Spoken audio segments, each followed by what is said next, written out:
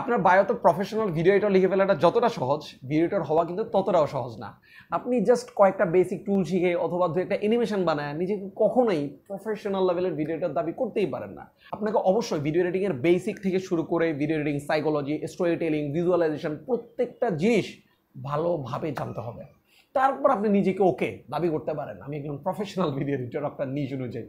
But আমার কোর্সে যারা এনরোল করছে কিংবা এনরোল করে নাই এর মধ্যে ম্যাক্সিমাম আমি এই জিনিসটা নোট করছি, যেটা করে কয়েকটা ক্লাস করছে 10টা 20টা, দেন ওকে প্রফেশনাল ভিডিওটা লিখে দিছে। কারণ আমার তো প্রত্যেকটা ক্লাসই আমি করাই হচ্ছে একদম প্রজেক্ট ভিত্তিক কাজ করানোর মাধ্যমে। দ্যাটস ওয়াই যেটা হয় কোর্স শেষ হতে হতে নিজের একটা মোটামুটি পোর্টফোলিও বিল্ড হয়।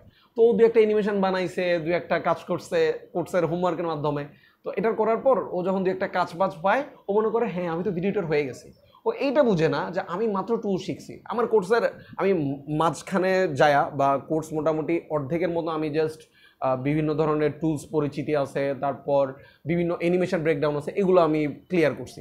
দেন কোর্সের মাঝখানে গিয়ে আমি আবার শুরু করছি ওকে ভিডিও এডিটিংয়ের যত সাইকোলজি আছে, থিওরি আছে, তারপর আপনার স্টোরি টেলিং আছে, ভিজুয়ালাইজেশন আছে, এই সমস্ত জিনিস আমি কোর্সের মাঝখান থেকে শুরু করছি একদম শেষ পর্যন্ত।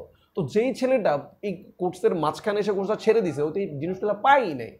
তো যারা কোর্স করেন তাদের কাছে আমি এই জিনিসটা রিকোয়েস্ট থাকবে যে আপনারা মাস্ট পুরো কোর্সটা শেষ করেন, মাঝখান থেকে নিজের ভিডিও এডিটর দাবি করা শুরু করেন না। দু একটা কাজ পায় নিজের ওইটার সাথে বাসায় দিয়েন না, তাহলে আপনি 500 টাকার ভিডিও এডিটর হয়ে যাবেন। আপনি কোনোদিন 5,000 টাকা 10,000 টাকা দামের ভিডিও এডিটর হইতে পারবেন না।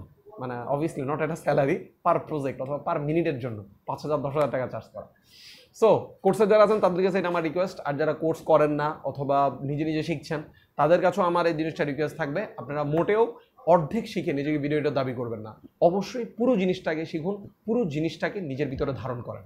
সো দেখা হচ্ছে পরবর্তী ভিডিওতে। ভালো থাকেন, সুস্থ থাকেন। আসসালামু আলাইকুম রহমতুল্লাহ।